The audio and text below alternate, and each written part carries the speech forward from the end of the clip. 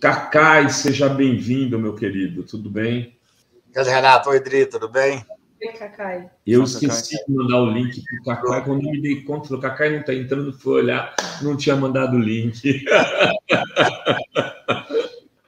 Mas o Denis está comentando uma pergunta, vai comentar uma pergunta, e eu passo para vocês na sequência, Cacai, sobre se corremos o risco de o Alexandre estar se tornando tão forte que num governo progressista ele pode usar essa força contra avanços necessários do ponto de vista democrático. Denis? Eu não sei, assim, eu acho que o Alexandre de Moraes ele está querendo reafirmar, né, o seu poder enquanto ministro do STF, presidente do TSE e tudo isso. Né? O que nós tivemos nos últimos tempos, né, foi um ataque virulento, né, dos bolsonaristas, né, de todo esse grupo aí, às instâncias jurídicas. Né? Então, o que ele faz é uma ação reativa. Ó, aqui é a gente que manda, né? Não entra nessa onda, né? Então, golpe, fechar o Supremo, chama ele de canalha. Né? Houve um tensionamento por parte do Bolsonaro e seus apoiadores em relação a isso, né? Isso que aconteceu. E aí ele está agindo para mostrar, ele quer reafirmar poder. Eu acho que o Lula tem muita habilidade nesses acordos. Né? Ele é muito hábil nisso, né? Se ele assumindo o poder, né? Estabelecendo uma relação boa com o Supremo, né? Acho que ele tem todas as condições de fazer isso, né? Procurando não confrontar, ele não é de fazer isso. Eu acredito que não vai ser problema, não. Não vejo problema. Pode ter alguma coisa ou outra, por exemplo, alguma questão aí de medida tomada por ele contra alguma proposta que o governo Lula apresente, né? Acha que é constitucional e tal. Mas não acredito que haja uma ação sistemática do Alexandre de Moraes contra o governo Lula. Né? A impressão que eu tenho é que não vai caminhar para isso, pela própria característica que o Lula vai ter, né? Que costuma ter quando está no poder. Né? Cacá, eu queria já te passar a mesma pergunta, né? Se você acha que isso pode ocorrer, e aí queria que você falasse, né? Está todo mundo esperando para te ouvir sobre a operação dos empresários golpistas e sobre o resultado dela.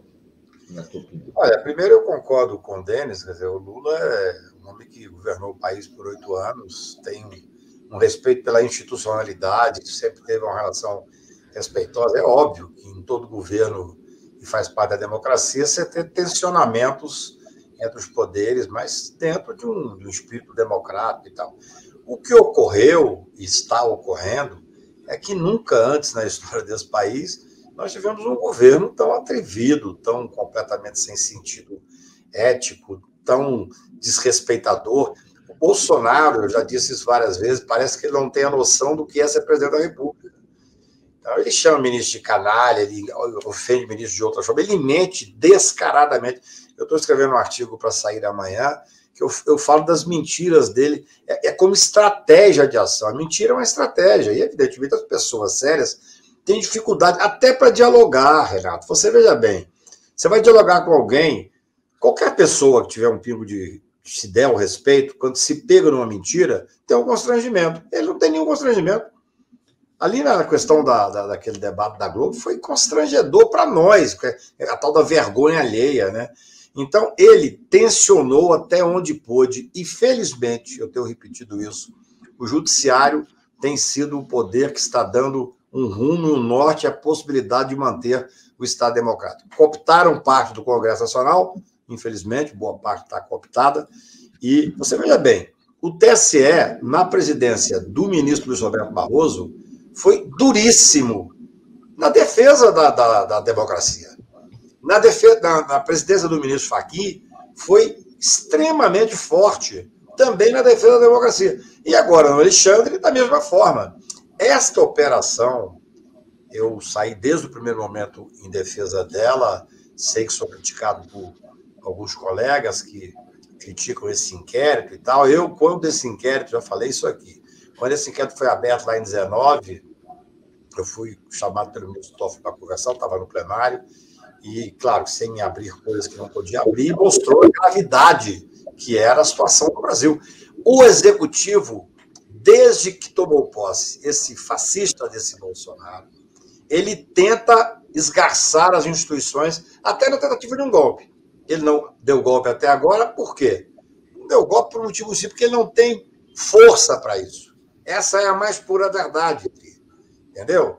Então, em muito boa hora, o Supremo Tribunal fez várias questões que não podem ser ditas ainda. Outro dia, até o presidente do Supremo, Foucault, que é um homem conservador, num determinado depoimento que ele estava fazendo, uma entrevista, ele falou em atos terroristas, que nós não sabemos, e que ele sabe, eu tenho algumas informações. Então, o principal é que o Supremo agiu para manter a institucionalidade desde que esses inquéritos foram abertos.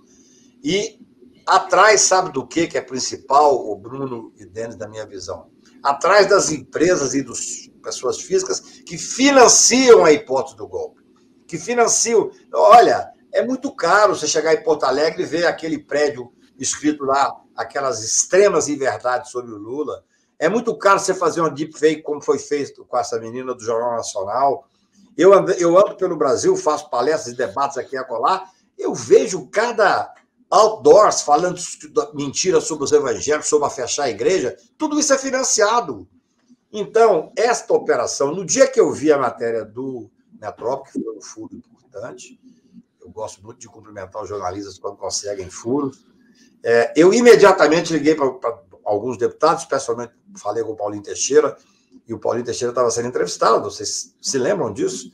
E o Paulinho, muito claro, falou que tem que ser uma representação.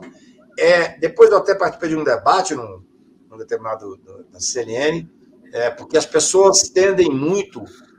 A minha sorte nessa hora, Adri, de não ser professor, eu sou advogado. Eu tenho um compromisso com a democracia, tenho um compromisso com a institucionalidade, tenho informações do quão grave é o momento brasileiro nos últimos tempos. Tentativa frequente de desestabilizar a democracia. Então, eu acho que até hoje, num grupo que eu faço parte do Prerrogativas, teve um debate interessante, o Lênio Streck, que é um gêniozinho da nossa área e da raça, ele disse, olha, se fosse essas conversas sobre assalto de banco, não teria nenhum questionamento que está certo a operação. Aí, seguramente, a elite brasileira estava favorável, os banqueiros estavam favoráveis, a imprensa inteira favorável. Quer dizer, 1000 vezes mais grave, 1 milhão de vezes mais grave, é um grupo que tem força, trocando ideias sobre, não é só sobre a questão do Estado Democrático de Direito, não, que é o mais do que suficiente para ter todos os cuidados, também sobre uma possível intervenção nas eleições. É só prestar atenção no que está escrito lá. Fala a necessidade de tomar atitude antes das eleições, porque depois da eleição, com o resultado é mais difícil. Ou seja, ninguém está acusando ninguém. O que há é uma investigação necessária, oportuna, fundamentada, feita pelo ministro Alexandre de Moraes, que, no meu ponto de vista, cumpre um papel importante. A história há de fazer, tenho dito isso, há de fazer justiça ao ministro Toffoli, quando abriu esse inquérito, ao ministro Alexandre, ao ministro Lewandowski, que tem ocupado, e todos os outros, o ministro Barroso, quando conseguiu algo inédito, que foram 7 ministros do TSE, assinaram a notícia crimes contra o presidente da República. Gente, tem que ser coisas muito graves para isso acontecer, entendeu? Não é fácil você imaginar, eu só faço advocacia na minha vida, de vez em quando eu vou lá tá perguntando se eu posso gritar fora Bolsonaro ainda na hora. Eu só faço advocacia na minha vida e eu vejo, para o ministro Barroso, presidente do TSE, conseguir que os 7 ministros assinassem uma notícia de crimes, é porque eles têm informação do grau de tentativa de quebra, de ruptura institucional. Então, eu acho que foi extremamente importante essa ação. É claro, agora tem que seguir o rito normal, dando todas as garantias e direitos a todo mundo plena, é a tal da coerência constitucional que eu falo. Mas eu entendo que nós temos que enfrentar. Olha, eu fiquei impressionado com essa avalanche de mentiras que foi no Jornal Nacional. Uma mentira por minuto. Como é que você vai discutir com alguém que não tem nenhum compromisso ético? Você não tem nem como... De certa forma, eu sou advogado criminal, faço júri. No júri, às vezes, você pega um detalhe para dar uma constrangida no outro e tal. Você não constrange quem não tem ética, quem não tem escrúpulo. Então, eu acho que o Poder Judiciário está fazendo o papel correto e eu parabenizo mais uma vez essa coragem cívica, uma coragem democrática de manter as instituições persistindo na democracia. Muito bem, Torturra. Você quer comentar? Eu queria fazer, na verdade, uma pergunta para o Cacai fazer uma análise do potencial papel do Aras nisso, que acho que foi a segunda reportagem que saiu e que deixa todo mundo preocupado, mas a gente não tem muita substância do que foi discutido, mas esse atencionamento aumentou muito. O Aras desmentiu, o Alexandre de Moraes depois desmentiu o desmentido, e queria que você fizesse uma análise dessa possível crise institucional nos próximos meses.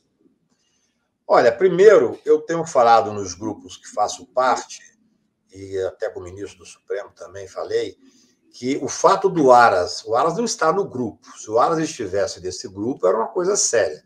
Ele tem uma pessoa especificamente, eu falei até com o doutor Aras, ele tem uma pessoa que ele é amigo e que, naturalmente, ele troca ideias e tal. Ele até diz que as conversas podem vir, que são conversas simples sobre o dia a dia. Mas mesmo se tivesse crítica, se pegar o meu celular privado com meus amigos, vai ter crítica em cima de muita gente, inclusive do ministro Supremo.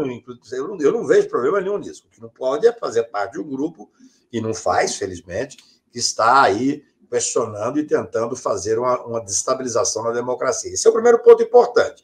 Tem muita gente que está entrando. Ontem até mandei para o senador Randolph, que sou privo da amizade e tenho um maior respeito, o Randolph dizendo pegar documentos para impeachment, pelo menos foi isso que eu vi no documento. Eu falo, olha, vamos com muita calma nessa hora, porque ele tem o direito de ter os amigos dele, ele não estava no grupo, a gente não pode confundir isso. Esse é o primeiro ponto.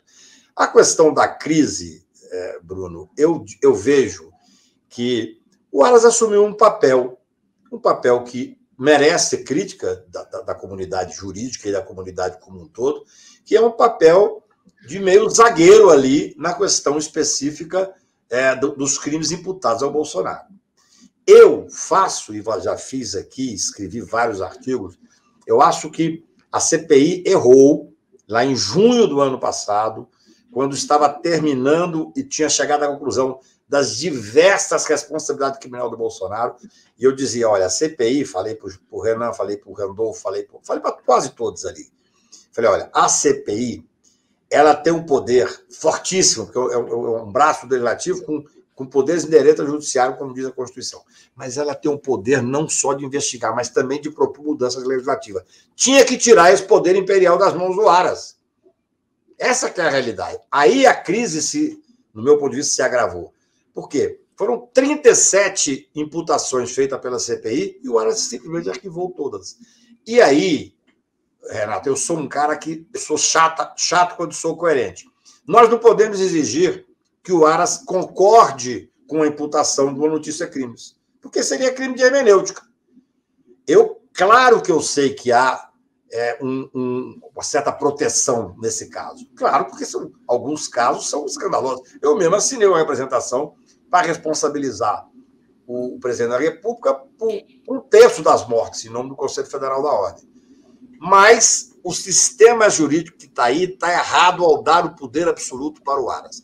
Esse tensionamento, por exemplo, agora, o Aras reclama que não foi consultado, esse questionamento, para quem é advogado, ele tem um fundamento muito grande. Por quê? No sistema acusatório, é muito difícil você ver o juiz tomar providências sem ouvir o Ministério Público, que é o dominus lide, que é o dono da ação penal. Entendeu? Então, assim, qual é a regra? A regra é você, quando eu falei para o Paulinho Teixeira lá, faz uma representação, faz lá no inquérito mesmo, que já tem um inquérito para tentar preservar a estabilidade e as instituições de forma democrática, porque senão teria que ser na primeira instância. Demoraria talvez mais a fazer a investigação, porque ninguém desses 8 que estão aí tem foro do Supremo, mas já existe um inquérito para isso, está correto, faz lá. Agora, o ideal seria que tivesse sido comunicado imediatamente, Polícia Federal e a Procuradoria. Essa é a regra do sistema acusatório. Até eu vou dizer mais. Quando o Toffoli fez esse inquérito, o questionamento que eu fiz a ele, respeitosamente, evidentemente, foi, ministro, é óbvio que o senhor tem o direito de abrir, mas dirigir a distribuição já é uma coisa que causa espécie na advocacia e no meio jurídico, porque nós temos juiz natural. Depois, sabendo o que estava acontecendo, eu, evidentemente, apoio e boto minha cara a tapa todo dia em relação a isso. Agora, esse tensionamento, esquece se o Aras está agindo de forma a proteger exageradamente o presidente da República. Isso é uma outra discussão que nós podemos fazê-la. Mas esse tensionamento que aconteceu ontem é normal. Porque o que o Alexandre fez? E tem razões para fazer. Isso é que é interessante, Renato. Porque no momento em que saiu a matéria, imediatamente, pra você ter ideia, eu recebi telefonemas de pessoas desse grupo, dizendo: Cacá, estou apavorado, estou no grupo, não fui citado. Mas clientes, entendeu? Preocupado. Então, naquele momento que começou a surgir, o que as pessoas que sabem que vão ser investigadas, saíram os nomes. É natural que eles procurem os advogados. 2 deles, inclusive, mandou um recado se eu poderia conversar com eles. Eu falei: eu estou defendendo a constitucionalidade da medida do Alexandre. Essa é a vida do advogado criminal. Então, Renato, o que acontece? Naquele momento, exigiam a rapidez. Exigia. Porque aí nós temos uma discussão de alto teor jurídico interessante. Por exemplo, eu entendo e defendo que o cidadão que pega o celular, que sabe que tem um crime, e ele esconde aquele celular, ele elimina aquele celular, ele não comete crime porque não é obrigado a fazer prova contra ele. Claro que a jurisprudência não diz isso. Isso é uma posição garantista que nós, advogados, estamos brigando. Eu não posso nunca dizer para um cliente o seguinte: faça isso no seu celular. Não, isso eu não posso fazer. Mas cada um sabe a dor e a delícia de ser o que é e do que fez. Então, a medida do Alexandre era urgente. Era urgente. Na verdade, pelo que soube, ela foi determinada na sexta-feira mesmo, só que aí tinha toda uma logística para fazer, porque é uma medida contra 8 pessoas, 3 ou 4 estados e tal. Então, esse tensionamento não me preocupa. É natural que a Procuradoria diga o seguinte: eu sou o dono dos leads, eu quero ser ouvido, eu devia ter sido ouvido, eu não fui ouvido diretamente. Mas o Alexandre foi muito correto. O Alexandre mostrou, não, foi ouvido sim, porque vocês que não são advogados, eu que atuo no Supremo há 40 anos, existe uma sala da Procuradoria lá dentro do Supremo Tribunal. Eles têm um espaço lá dentro. Então, não é nem uma burocracia, é normal, você manda fazer imediatamente. Imagina se o ministro vai ligar para o próprio Procurador-Geral para dizer: não, isso não existe, é assim que funciona mesmo. Então, o Alexandre fez tudo correto.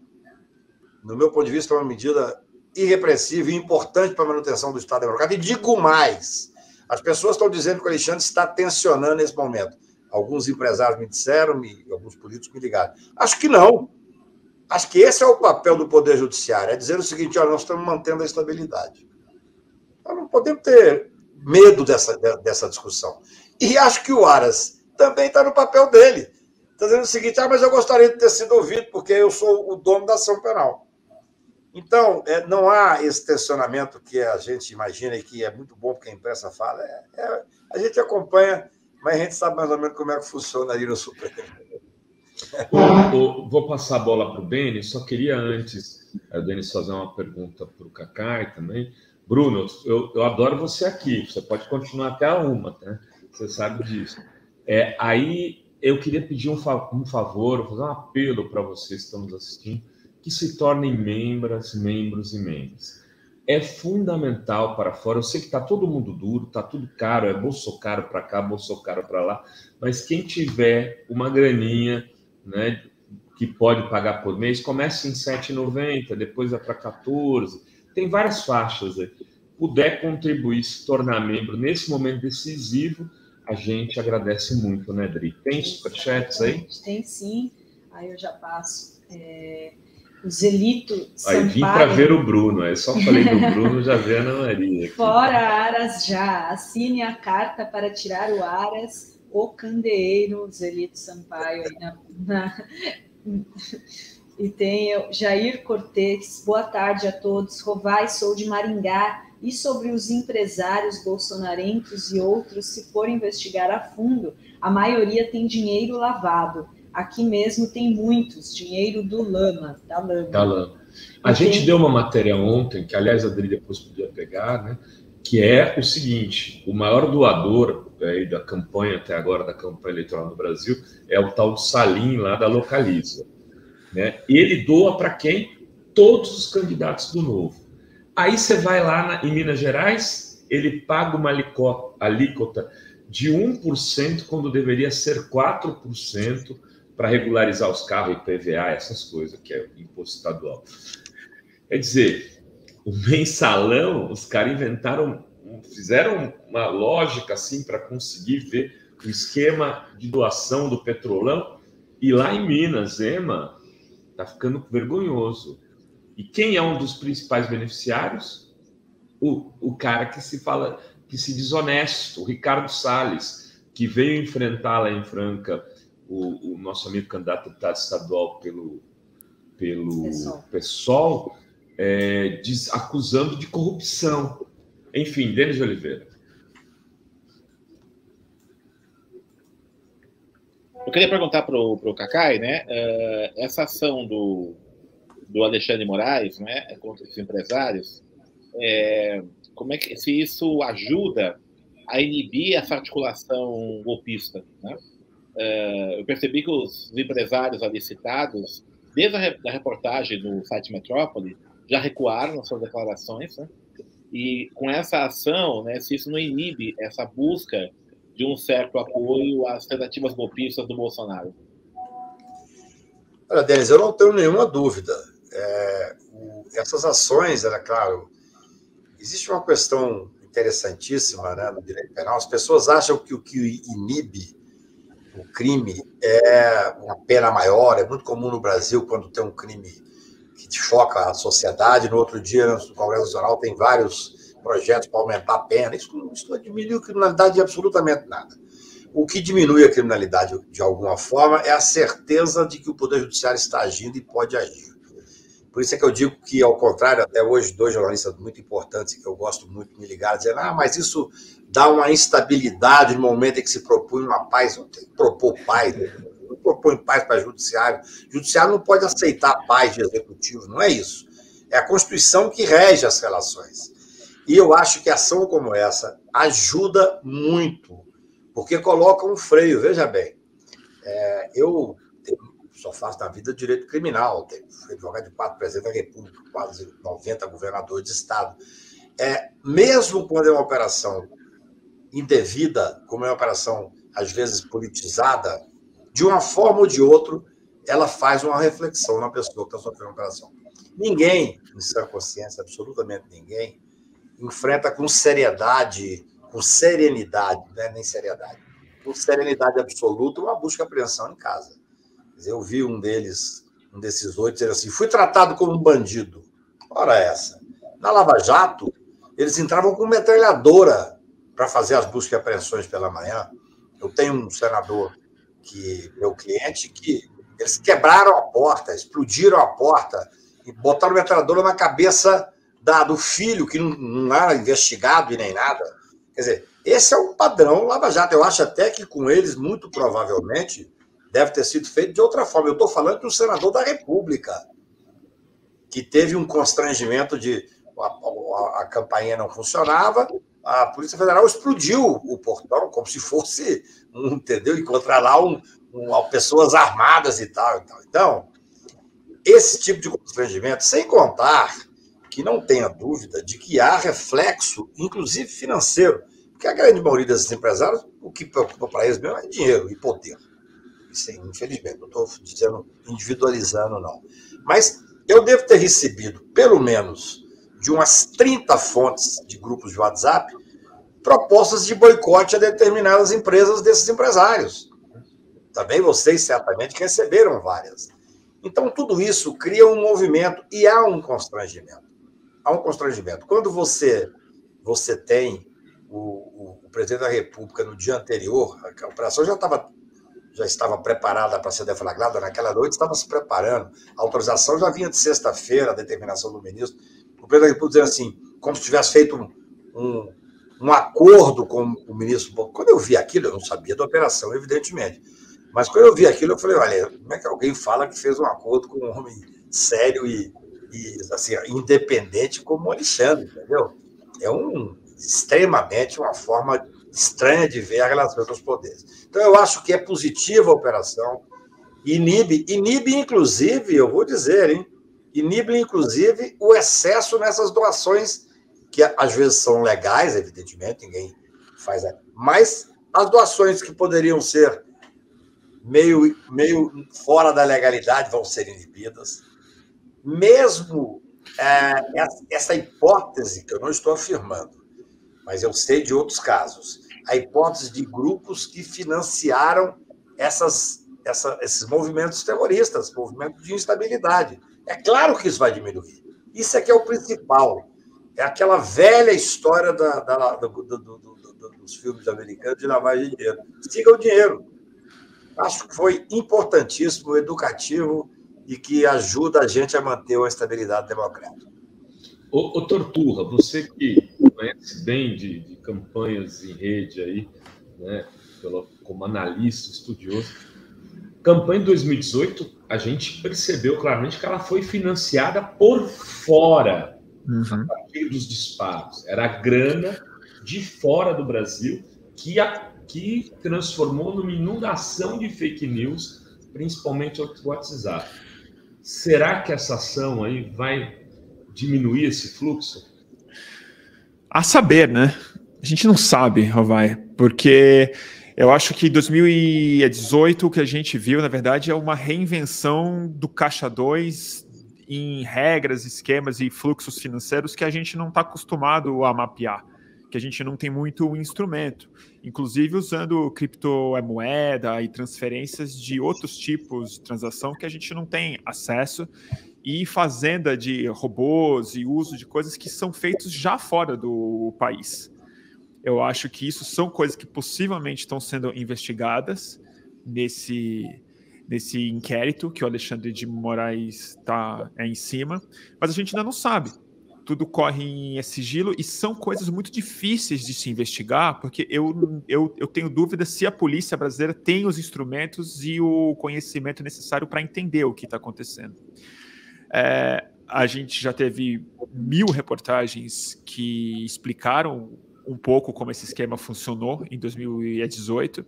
Tem o livro da Patrícia Campos Melo, tem uma matéria muito interessante que saiu na Piauí esse mês da Consuelo, que meio mapeia um pouco isso, mas eu não arriscaria falar se isso está em alta ou se isso está em baixa.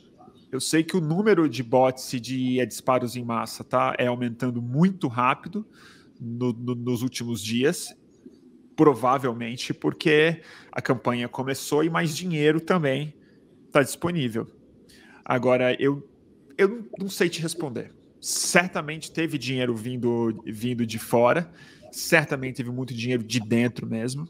A gente teve denúncias muito críveis e muito sérias sobre o velho da van, o tanto que ele gastou com fazenda de bots e tudo mais, mas, novamente, tem coisas que são feitas inteiramente fora do país. Inteiramente fora do país, que deve ser especialmente complicado da gente legislar e da gente reprimir, até porque grande parte disso não é feito sequer em forma de campanha eleitoral.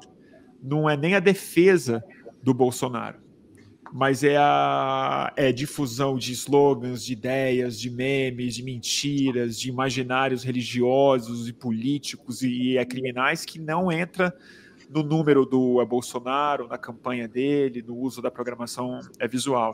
É uma outra estratégia, ela foi profundamente bem sucedida em 2018 e a gente ainda está começando a entender como é que ela opera na vida real. Olha só, eu ia mostrar isso aqui, ó. Opa, Adri, não tira, deixa eu pôr. Tem um fato, Bruno, que me impressionou. Eu ontem fui escrever esse artigo que sai toda quinta-feira. Eu fui olhar um pouco sobre essa questão Estou muito impressionado com a quantidade de mentira que o Bolsonaro disse. Teve um grupo que contou, disse que ele, em 40 minutos ele fez 40 observações mentirosas, uma mentira por minuto, uma coisa incrível. Mas o que me impressiona no que você falou é que em 2018, aquele famoso fake news do kit gay, 84%, 83,7%, para ser mais exato, dos bolsonaristas acreditavam que era verdade. É algo inacreditável, é algo assim. É muito difícil você, que é uma pessoa, as pessoas que têm ética, fazer um tipo de enfrentamento disso. Você imagina o que é um absurdo jurídico, um absurdo da realidade, um absurdo político, uma coisa de uma desumanidade até, igual aquele kit gay, absurda. Quando surge isso, a gente que tem uma visão ética, a gente pensa assim, isso é tão absurdo que não vai colar. E cola.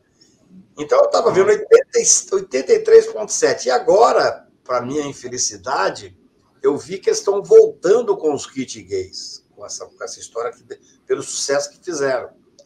Então, é muito difícil você fazer esse enfrentamento. Em 18, eu até comentei aqui, eu achei interessante essa observação, que o doutor Ulisses falava, né, assim, você está achando o Congresso ruim? Espera o pior, que vai ser pior. Eu acredito, pela primeira vez, pode ser que não seja verdade essa máxima dele, porque em 18 foi um desastre, foi uma mão política, foi quando surgiram esses excrementos, assim, essa sarjeta, porque saiu no esgoto, parece, algumas pessoas da política. E acho que agora, espero pelo menos, né, que tem mais forma de enfrentar as fake news. É difícil, é dificílimo, eu concordo totalmente com você. São questões que vêm de fora, que você não tem como ter controle. Mas hoje você já tem alguns programas que apontam as fake news, quer dizer, mesmo empresas, eu comentei com vocês aquele dia, quando falaram lá que eu tinha aquela máquina com a Coreia do Norte e China, o próprio Globo News fez uma matéria dizendo que isso é fake. Então, acho que já tem uma preocupação maior, né? Mas o momento ainda é muito grave, porque lidar com quem não tem escrúpulos é extremamente difícil. Você tem uma ética natural. Você lidar com quem não tem ética não é fácil. Olha só, Cacai, eu queria até passar essa bola para o Denis. Fake news de que Lula fecharia igreja chega a 142 milhões de perfis. Nossa Senhora. Né? Matéria do Globo de hoje é 142 milhões de perfis. Ou seja, a gente achar que as fake news não farão parte do problema dessa eleição, a gente está muito enganado. Hoje, antes de começar o programa, o Bolsonaro soltou um vídeo associando o PT ao PCC no perfil dele no Twitter, o que mostra um imenso desespero, porque assim, isso daí em geral circula por baixo do pano, não, ele fez questão de chamar para ele. Perfil oficial, perfil oficial de presidente da República. Aí queria ouvir um pouco deles, Torturra, evidentemente, o Cacai, até do ponto de vista jurídico, queria ouvir o Cacai, saber se essa associação, porque ele foi liberado pela justiça agora, para poder associar PT e PCC. Mas vamos com o Denis primeiro. Evangélicos, Denis, você acha o quê? Isso aí vai transbordar, meu amigo? Eu acho, eu penso que essa questão dos evangélicos é o maior perigo, né? Porque essa articulação aí das igrejas não pentecostais, elas têm uma capilaridade e a repercussão delas vai além de rede social, inclusive. Você imagina milhões de pastores aí, né, falando para pessoas nas periferias, né? Então vai tocar diretamente um universo de pessoas aí que está atualmente está com o presidente Lula. Né? O crescimento do Bolsonaro foi em função disso. Tá interessante isso, né? Ao contrário do que alguns imaginavam, não foi por conta das benesses do Brasil apenas, né? Foi fundamentalmente pela ação dos evangélicos, né? Foi nesse setor que ele mais cresceu. Então, acho que isso é uma questão que é importante. Eu estou vendo que há uma preocupação já na campanha de tentar dirimir isso, né? Então, isso é importante. Em relação às fake news, né, eu tenho uma visão, né, que não é o único culpado, mas um dos responsáveis, os culpados, né, dessa disseminação de fake news é o próprio jornalismo hegemônico. Tá? O jornalismo deixou de apurar. Tá? O jornalismo deixou de apurar há muito tempo. Veja, esse caso aí dos empresários aí que propõem golpe, foi uma apuração, né? Foi feita aí, né? No site Metrópole, estou falando jornalista agora. Isso é jornalismo.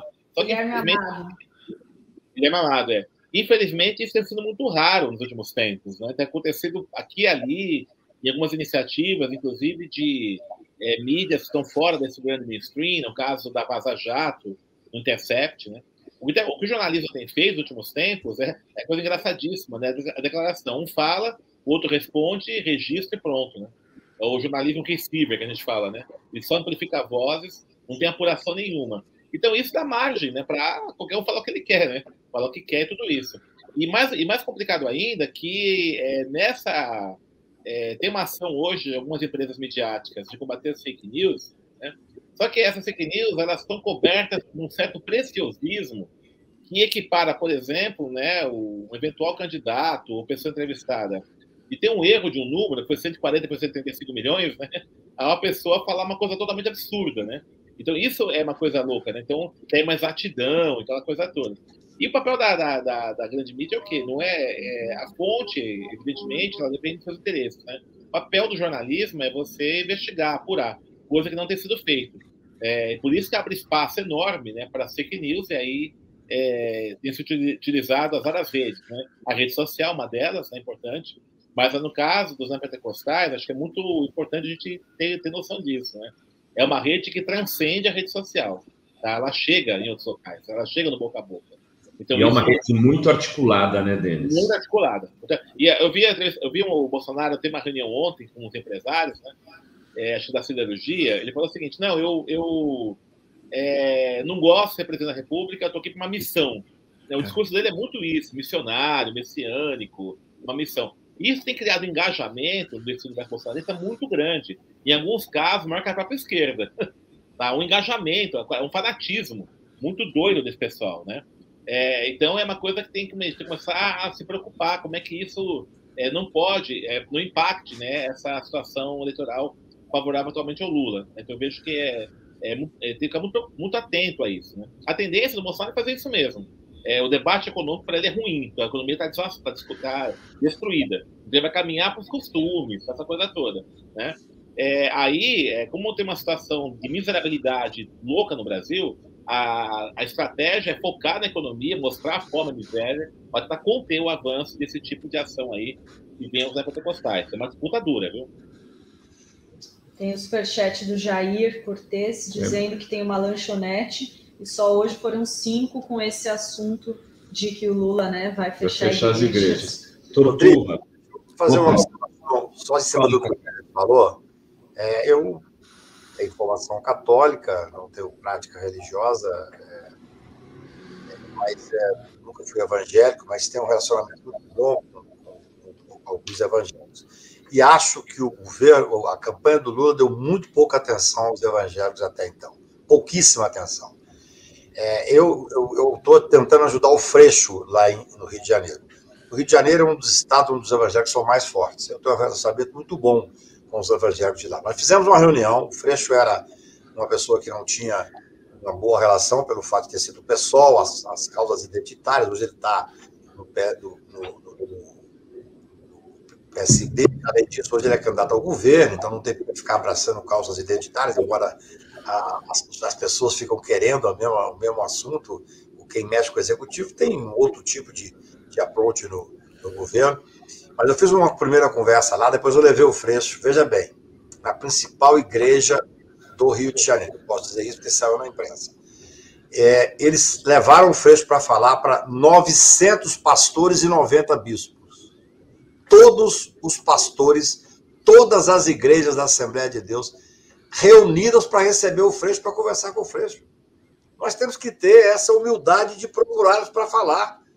Teve pastor ali no dia, comigo, Cacá, e a gente tinha uma outra visão do Freixo.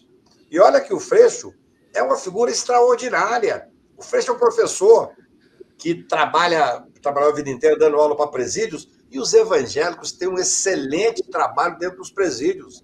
Onde eles entram, não vou discutir a questão da fé e tal, mas diminui a violência interna nos presídios, Rovai. Então, eu acho que houve um erro, nós estamos tentando mudar essa questão. Essa fake news que vai fechar a igreja, é só ver o que o Lula fez enquanto era presidente. Agora, é urgente que seja feito esse enfrentamento. Essa matéria do Globo que eu não tinha visto, eu vou tentar resgatá-la agora, ela é impressionante. Impressionante. E nós não podemos esquecer a força dos evangélicos hoje no Brasil inteiro. Só a Assembleia de Deus tem 35 mil igrejas espalhadas pelo Brasil.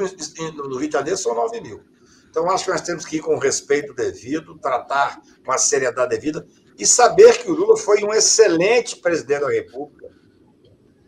Outro dia, o PT fez uma matéria interessante dizendo tudo que ele fez. nós temos que ter essa humildade, porque nós estamos vivendo com pessoas que não só não têm humildade, que são os bolsonaristas, como também não se tem empejo de fazer e pregar notícias falsas Brasil afora. Nós é que devemos fazer esse embate correto, procurar as pessoas de forma correta, dizer o que o PT fez e não deixar 143 milhões de visualizações na fake news. Isso é assustador. Absolutamente, o Tortuga sabe mais do que eu, mas é completamente assustador. Eu acho que sobre fake news, especificamente, eu sou bastante pessimista no geral, porque eu acho que checagem não é o que desmonta fake news. É um band-aid para uma hemorragia. Eu acho que precisa ser feito, mas quando isso acontece, você está enxugando gelo, porque ela é mais do que uma mentira.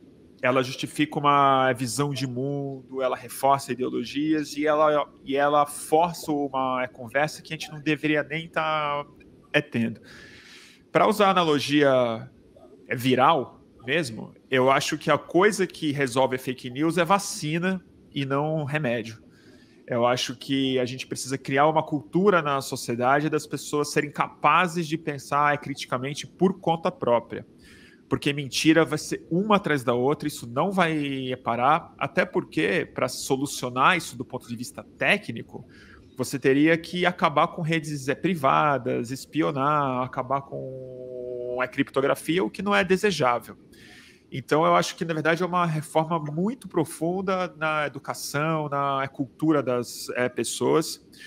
Eu acho que provavelmente melhorou um pouco nos últimos anos por conta do tanto de mentira de outras ordens que as pessoas receberam nos seus celulares. Nos golpes de WhatsApp, nos golpes bancários e tudo mais, acho que as pessoas têm uma outra relação. Mas quando isso entra em religião, é bem mais complicado.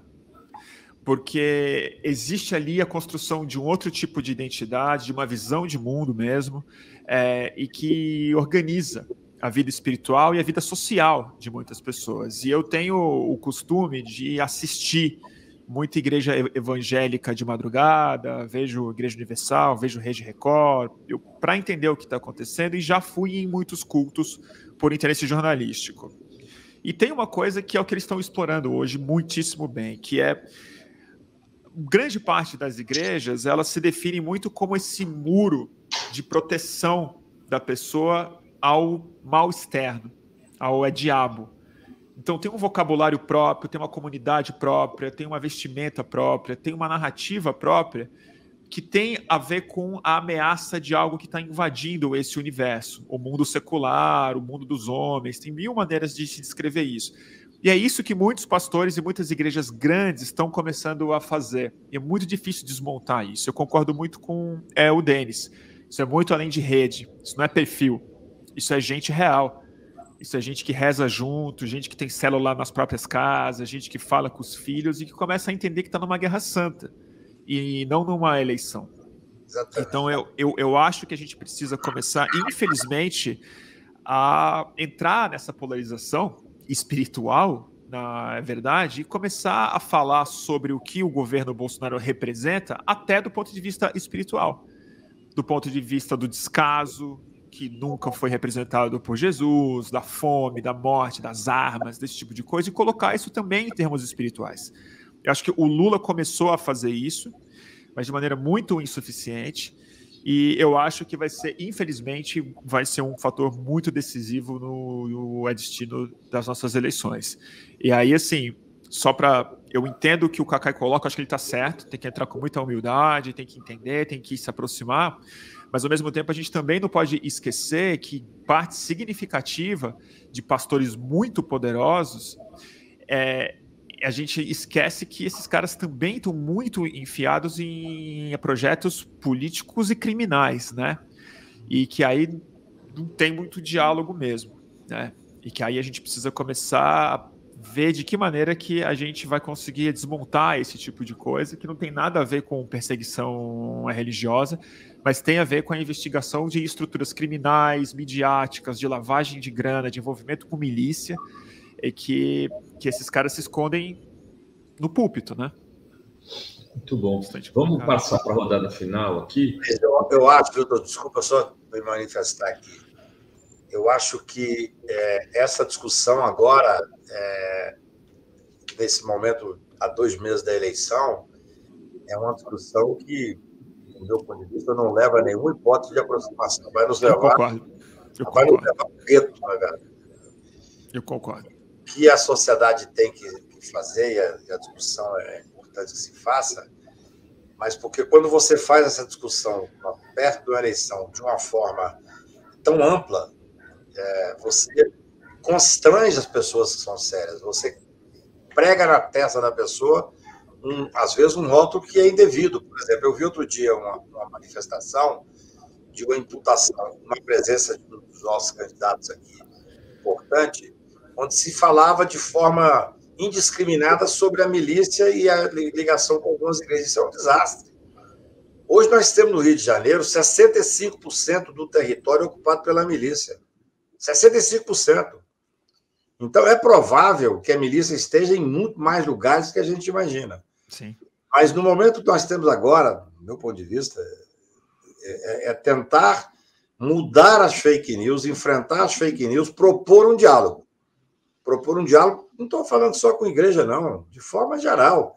Eu, essa semana, fiz movimentos, porque fui chamado por uma pessoa extremamente importante do agronegócio, que disse, olha, estou cansado do Bolsonaro, eu quero ter um canal para conversar com o governo Lula. Já pensando no governo Lula, a proximidade de poder traz essas coisas.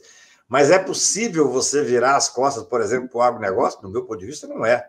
Você tem que fazer um enfrentamento, buscar quem é a pessoa, porque, na verdade, eu vou terminar aqui, até porque já estou falando demais, mas nós estamos numa eleição que pode ser a última se nós perdermos.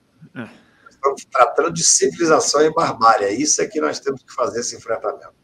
Obrigado a você, gente. Vou ter que sair. Agradeço muito e abraço grande. Tchau, Dri.